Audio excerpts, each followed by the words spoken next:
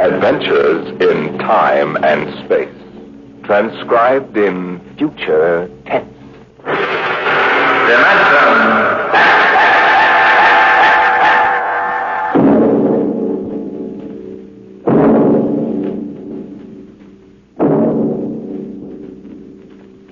Can you predict what will come in 100 years? Or in 10? Or in the next minute? Some people think they can. Nuclear scientists, mathematicians, astronomers, biologists. They'll predict the shape of the future. Why? Because they make the future. Because they see beyond the known dimensions of time and space into the unknown. Dimension X.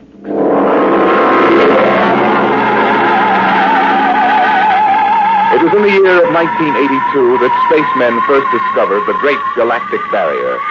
In the past 10 years, rocket travel to the moon and the nearer planets had become commonplace.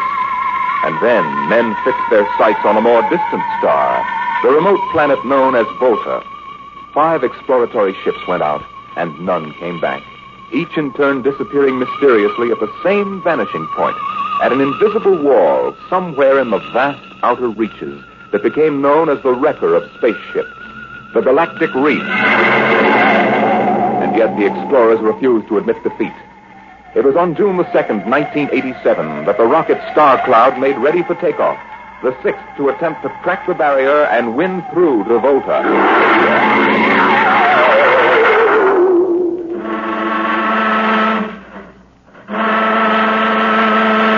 Now hear this. Condition green. 2 minutes. Captain, I don't suppose you'll want the ship's doctor up here on the bridge during Glasgow. I think not, Smitty. All right, then. I'll be in the sick bay counting vitamin pills if you need me. Good luck, Louis. Thank you, Smitty. Lieutenant Collier. Yes, sir. You're relieved. You'd better get down to navigation control and take over. Yes, sir. Oh, Lieutenant. Yes, sir. We've never flown together before. This is your first flight in a space vessel as big as the Star Cloud, isn't it? Yes, sir. But I was trained in oversized jobs at the Naval Academy. Well, if you're half as good a navigator as your father was, you'll do fine. Thank you, sir. You were old shipmates, weren't you? Old shipmates. I served under him in the first rocket that ever got back to its base in one piece. We flew that mission in a tin can not much better than a primitive guided missile. I almost went along on the last trip your father made to the barrier. Too bad about that. Yes, sir. That's all, Collier. I'll bust you when you get down to nav control. Lieutenant Paulson. Yes, sir. Get me ground control tower on the radio. I want to talk to Colonel Harrison. Sparks has the circuit up now, Captain. Go ahead, sir. I patched in our bridge speaker. Colonel Harrison? Yes, Captain? We're standing by for takeoff in 60 seconds. Good. The field is cleared of all personnel. We'll try to reestablish radio contact immediately after takeoff. In any event, there'll be a 24-hour ground monitor. Fine. Good luck. I hope you make it. Thank you. Bridge to navigation control. Nav control, Collier. Ready, Lieutenant? We're ready, Captain. The course is in the integrator for takeoff at 1200 hours. All right. Stand by for blastoff. Bridge to engine room. Fire up your rocket chambers. Take off at exactly 1200 hours. I'll read you off. 20 seconds. 19, 18, 17, 16... Condition red. Hold it. We will follow red. orders. Who turned in that alarm? We uncovered a stowaway, sir. Stowaway, where, Masters? Hiding in 6th Bay. Dr. Smithson found him. Have him brought up to the bridge. Engine room, kill your rockets and stand by. Listen, this is Colonel Harrison at ground control. What's holding you up? Trouble. What's the matter with you? What's the matter with you? There's a stowaway aboard. Stowaway? Yes, I thought your men were supposed to police this base. What's the matter with you? All right, Captain, take it easy. You know what this delay can do to us, don't you? 1 minute later, takeoff can throw us 1,000,000 miles off course. We'll have to reintegrate the whole work. Well, look, how long do you think it'll take? Don't bother me for a while. I'm busy. Stupid idiots. Captain Thornton. Oh, come in, Smitty. Here's your stowaway. I'll court-martial the... Charlie. Can you use a good radio man, Skipper? See you two have met. Met? The skipper and me made 50 trips to the moon together. Didn't we, Captain? Charlie, if you wanted to come along, why didn't you volunteer? I did, Skipper. They turned me down. What's wrong with you? Acceleration bend. Oh. They said my arteries wouldn't stand another trip. Well, I'm sorry to hear that. But they're wrong, sir. I got one more good trip in me. Now listen, Captain. You know these green kids don't know the first thing about space radio operations. You put a man like me on, I'll be getting your bedtime story for Mars. Now, listen, Charlie, you know the regulations as well as I do. I can't take you much as I'd like to. Colonel Harrison will murder me for this. Oh, I'm sorry, Charlie. I'll have to put you aground. I'll tell you what. I'll ask Harrison to put you on his ground radio contact. It'll seem as if you were right here with us. He won't do it, sir. He'd better, or I'll have him busted to corporal for letting you sneak aboard. Now, you'd better be off, Charlie. Masters. Yes, sir. I'm sending this man aground. Give him time to clear the launching platform. Yes, sir. So long, Charlie. I'm really sorry. Good luck, Skipper. I thought you were going to have him drawn and quartered. If it'd been anybody else, I would have, Smitty. But Charlie, well, he's kind of special. Been with me since my first command, when we began the regular run to the moon. If he wanted to come along this time, well, it's only through loyalty to me. You know, Lewis, I didn't realize it before, but you're almost human. Bilge. Navigation, Lieutenant Collier, you there? Nav control, Collier. Lieutenant, how badly are we fouled up? Can you recalculate the course, or shall I cancel the takeoff? I've already plotted a new course on the integrator, sir. Good. Can we take off in exactly 2 minutes? 2 minutes? Yes, sir. If we can, all we need to correct is for only a 1 degree deflection. I can do that before we breach the stratosphere. That's quick work. Are you sure? Positive, sir. Well, all right, Collier. I'm putting it in your hands. We'll blast off on your signal. Lewis, isn't that a lot of responsibility for a young green officer? Yes, but if he can't do his job, I'd rather find out now than at the galactic barrier. Bridge to engine room. Prepare to blast off on navigator signal.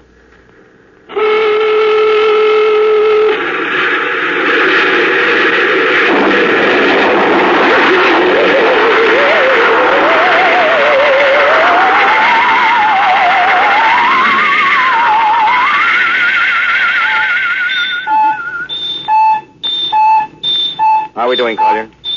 Coming on the bearing, sir. 4, 3, 2, 0. We've intersected the course vector. Good work, Collier. The course is corrected, sir. Ready to go into atomic overdrive anytime you say. All right, stand by. Now hear this. Now hear this. Prepare for maximum acceleration. Bridge to engine room. Kill your rockets. Rockets out. Fire up number 1 cyclotron. Number 1 ready. Fire up number 2. Number 2 ready. Withdraw your dampening rods. Aye. Fission chamber ready. Blast tubes cleared. All generators operating at capacity, sir. Right. Go into overdrive on the count of 0. 5 seconds, Captain. 3, 2, 2, 1, 1, 0. 0.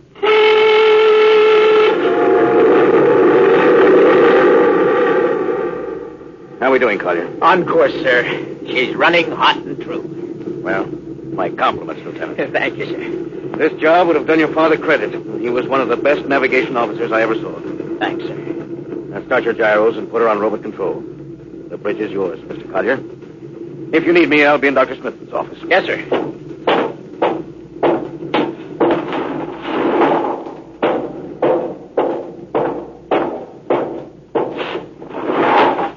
Well, Lewis, I see you got us off the ground. You can thank young Collier for that.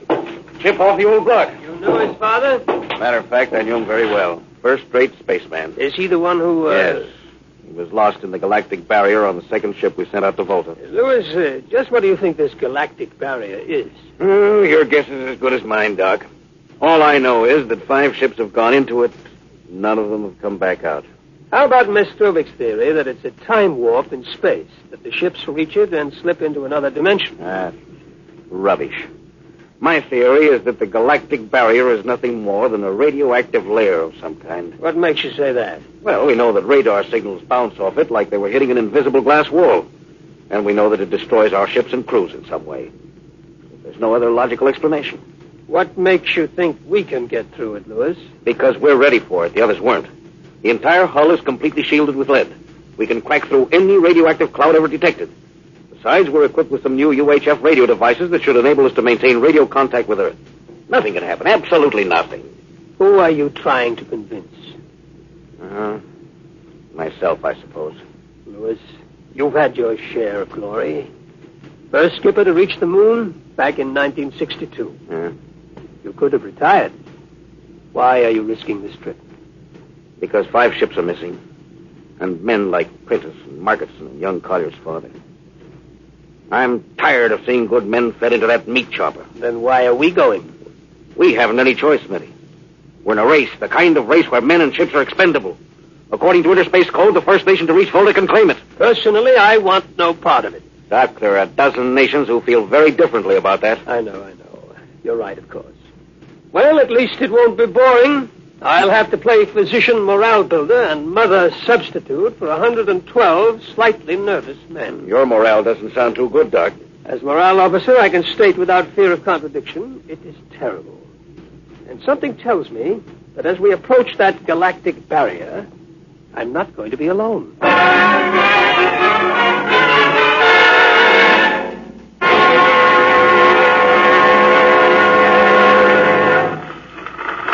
Hello, Earth. Hello, Earth. Captain Thorson of the Star Cloud calling Earth. Star Cloud to Earth. Can you read me? Hello, Star Cloud. Hi, Captain. Charlie. Well, I see they haven't court-martialed you yet. Oh, sir. Thanks to you. That's good to hear you. You can read us the funny papers on Sunday morning. Right. How's our signal? Strong. Clears the bell. Well, here's our log report for Colonel Harrison. Ready? Shoot. June 2nd, 1987. 4 weeks out from Earth. Running through, no radiation. Operation normal. Still making our approach to the galactic barrier. That's all, Charlie. See you later. Good luck, Captain. I sure wish I was with you.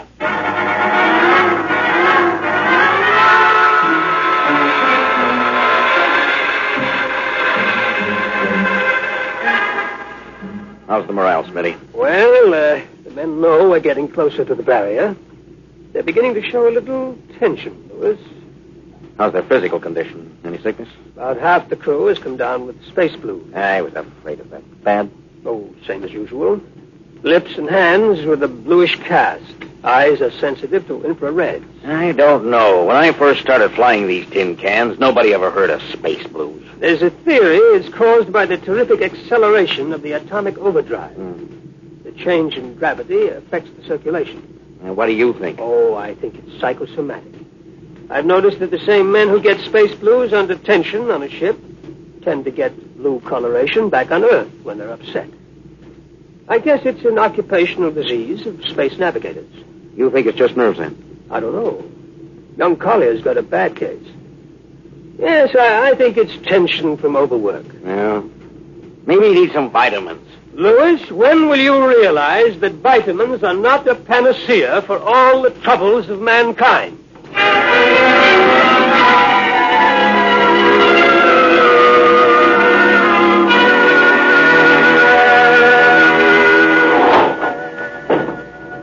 Sir, I understand you've relieved me from duty. Dr. Smithson says you aren't looking very well, Collier. I'm just giving you a rest. But, sir, I feel perfectly able to continue. Your lips were as blue as Minnetonka. Captain, I'd like to remain at my post. Now, don't be so foolhardy, Lieutenant. I'm not being foolhardy, sir. You see, I have a special personal reason for wanting this expedition to reach Volta. Oh, your father? Yes, sir, my father. You think he might still be alive? Sir, I have to find out what happened. I think I understand. Very well, Collier. Report back to duty.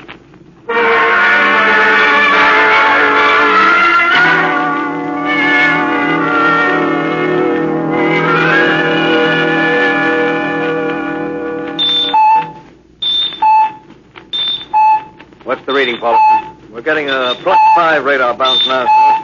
It's coming off the barrier almost as fast as we send it out. What's the interval? 0.3 of a second. Shortening steadily. This rate will hit the wall in the next few minutes. All right. Alert the crew. Sound general quarters. Now hear this. Condition red. We are now approaching the galactic barrier. All hands to stations. All radiation detectors to be fully manned. Full security will prevail until further notice. That is all. Paulson. Aye, sir. Radar bounce is up to +6. We better try to make final contact with Earth. Is Stark still trying to raise the bait? Yes, sir, but he's not having much luck. Seems to be some interference. Oh, that's the radio room now. Yes? You've got him? Cut in on the bridge speaker. The captain will take it from here. Hello, Star Cloud to Earth. Can you hear me, Earth? Hello, Skipper. I can barely read you. We're getting heavy static and sunspots. That's not sunspots. We're right on the galactic barrier. Getting a +7 radar bounce. Expect to hit the barrier almost any second now. Good luck, Skipper. Look, Charlie, stick with us, will you? We're switching to the automatic center now so you can track us in. Okay. If we crack the barrier and come through still in one piece, I'll try to get back to you on the high-frequency band. Gotcha, Skipper. Don't worry. I'll be waiting. So long, Charlie. So long, Star Cloud. We must be getting awfully close now, Captain. Echo's bouncing back so fast, it's almost beating the signal. Well, when they coincide, hold on to your hat. That's when we run into the wall. Any second. Hold on. Here goes nothing. Here it comes.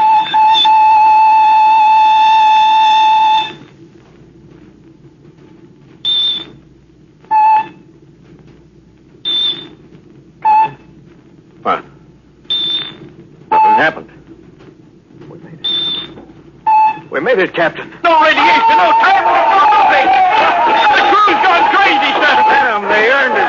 Hey, Doc, can you break up a few bottles of snake bite serum for medicinal purposes? I sure can, Louis. This calls for a celebration. How's your morale now? Couldn't be better. How's yours? Couldn't be better. Hey, what the? Condition red. Condition red. Radiation detected. Condition red. Radiation detected. Holy mackerel. Look at the needle on that indicator. Paulson. I see it, Captain. We're picking up radiation like crazy. What's it like? It's a strong impulse. What kind? I don't know, sir. It's too long for a cosmic ray and too short for UHF. The ship's lousy with it. Man your battle station! Paulson, track it down. Triangulate it and make it fast. I want a directional fit. Yes, sir. Engine room. Yes, sir. We're picking up radioactivity. Is it the fission chambers? No leak here, sir. I'll check your gauges. Nothing here, Captain. Must be coming from outside. Damage control. Yes, sir. Is radiation penetrating the lead field? Haven't found anything yet, sir. Well, keep at it. Paulson, how are you doing? I've got it fixed, Captain. What is it? I'll have to check my figures. Hurry up. The angle is correct. Come on, man, for Pete's sake, what's the radiation from? It's coming from inside the ship. That's impossible. Oh, sir, I've checked it twice. Well, it's got to be the engines. If it is, we're finished. Engine room. Yes, sir. That radiation must be in the overdrive pile. No, sir. It isn't here, sir. Are you certain? Yes, sir. All right, keep checking. Well, only one thing left to do. Paulson, get a Geiger counter. We're going to start combing this ship inch by inch. Yes, sir. Turn it on. Yes, sir. Ready, Captain. We'll check the atomic guns first. Come on. We'll cut through the office quarters to ordnance. Yes, sir.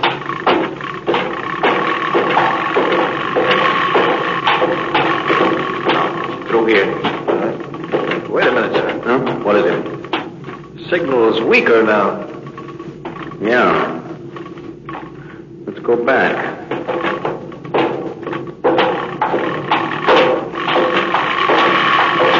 Hold it. Seems strongest right about here. Doesn't make sense. Whose cabin is this? Lieutenant Collier's. Collier! Oh, he's down in nav control, sir. We'll drive the door. It's not locked, sir. This is in here, all right. Listen to that counter. It's strongest over here. Open that wall cabinet. It's locked, sir. I'll smash it. Shut off the Geiger counter. Well, what do you make of this, Paulson? Well, it looks like some sort of portable transmitter, sir. Must be foreign manufacture. I don't recognize the calibration symbols at all. I've never seen anything like it. Which raises a small question. What is Lieutenant Collier doing with a transmitter in his cabin? I don't know, sir. Well, I intend to find out, Paulson. Get down to nav control and bring Collier up to the bridge on the double. Hadn't we better find some way to shut this thing off first? I know a way.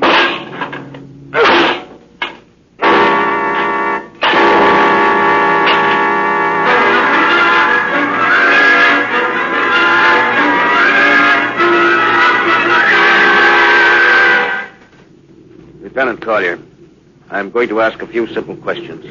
Yes, sir. And I want a few simple answers. Yes, sir. What were you doing with the transmitter in your cabin? Transmitter, Captain.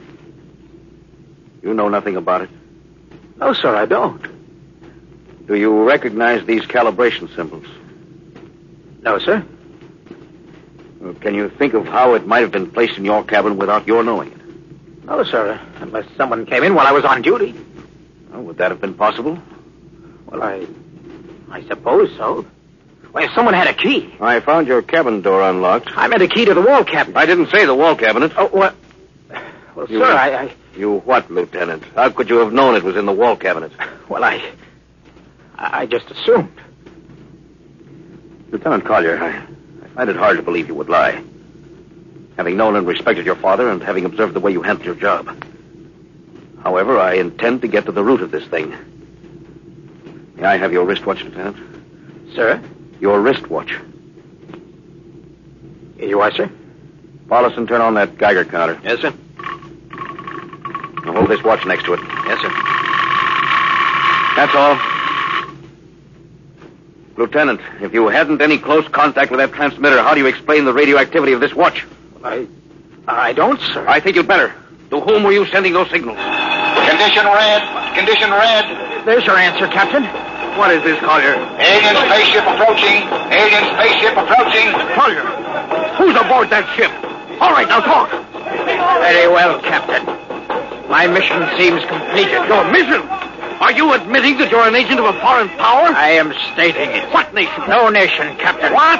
I am an agent of the Voltan government. The what? The government of the planet of Voltan. Are you crazy? Are you so stupid that you think your people are the only ones who can invade another planet? Lieutenant, what do you mean? We've had agents operating on Earth since 1945. I don't believe you. What do you think happened to those 5 ships, Captain? Where do you suppose we got our information? Your language, your culture, family background. Your appearance, you look like... Like Commander Collier? Is that so surprising, Captain? We had a living model. I ought to kill you. That would be very foolish, Captain. I would advise you to surrender without delay. Alien ship now coming into ordnance range. I'll deal with you later, Collier. Paulison. Yes, sir. Put this man in irons and take him away. Don't worry, sir. We'll take good care of him. Thunder, Rustin!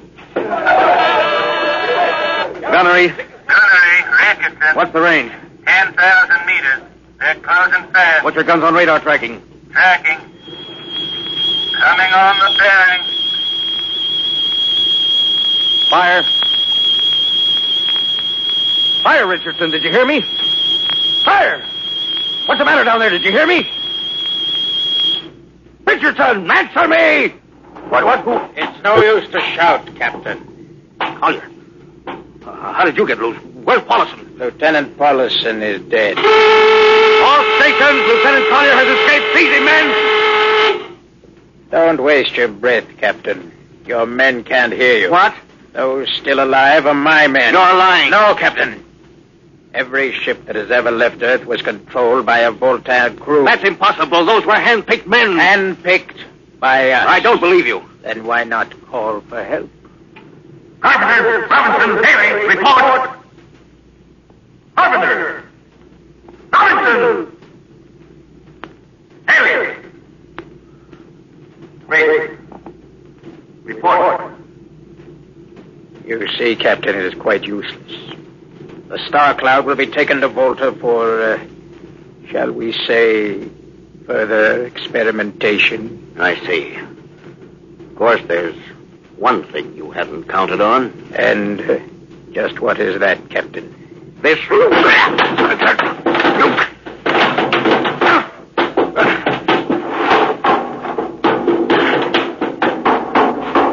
Carpenter! Are you in there, Lieutenant Carpenter? They can't all be dead. There must be one alive. Smitty! Dr. Smithson! Smitty! Oh, Smitty. What have they done to you? Lewis, Those dirty... Don't talk. I must clean, Bruce. Not much time. Lewis, space blues. Space blues? What is it, Smitty? What are you trying to tell me? All men with space blues. Voltan. Here, let me help you. No, Lewis. Get message back to Earth. Voltan, 5th column. Watch out for space blues. Smitty.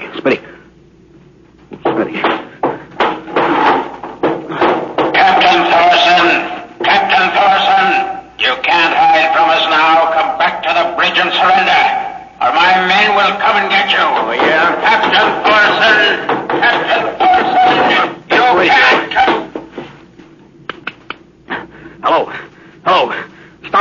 calling Earth. Please, God, let me through before it's too late. Hello? Start onto Earth. Come in, please. Come in, please.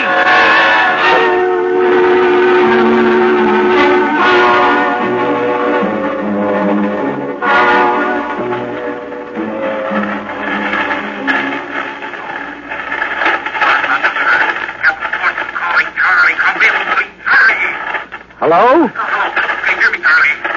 Skipper, is that you? Getting my signal? It's coming in a little louder now, Skip. Keep sending. Thank God, Charlie. Now listen to me. Not much time. Get word to Colonel Harris. Crew, fusiliers. Most of crew members, Voltans. What? Voltans. Spell that. V-O-L... Voltans? That's right. They're from the planet Volta. Skipper, are you all right? Look, Charlie, this is serious. They'll be 30 seconds. Now listen, they have a fifth column on Earth. They're planning to invade you. You don't mean it. Of course I need it. Now tell Harris. Only as humans, you can detect them by space blues. You got that? Only Voltans get space blues. Charlie, can you hear me? Space blue. I get you. That's like again, Charlie. After video, you want everybody. Captain? Open the door. Come on, Charlie. Captain. Captain Thorson. Hello. Hello, Star Cloud. Come in. What's the trouble, Sergeant?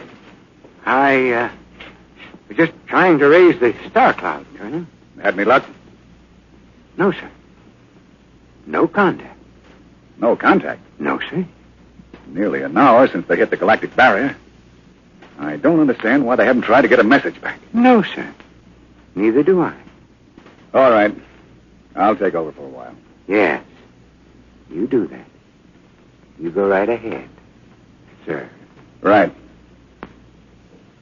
Oh, Charlie, you'd better go out and get yourself some coffee. You look a little blue around the gills.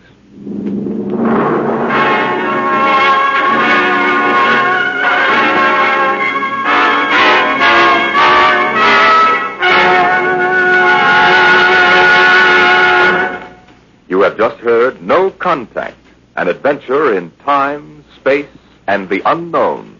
The world of...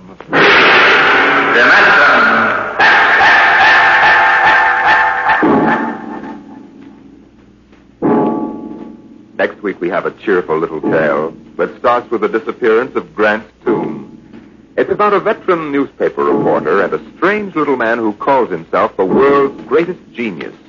You'll hear all about it next week at this same time when we present The Professor Was a Thief.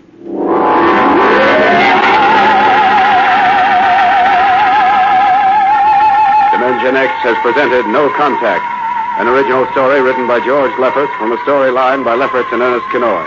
Featured in the cast were Louis Van Ruten as Captain Thorson, Donald Buca as Lieutenant Collier, and Cameron Prudhomme as Charlie. Your host was Norman Rose. Music by Albert Berman, engineer Bill Chambers. Dimension X is produced by William Welch and directed by Edward King.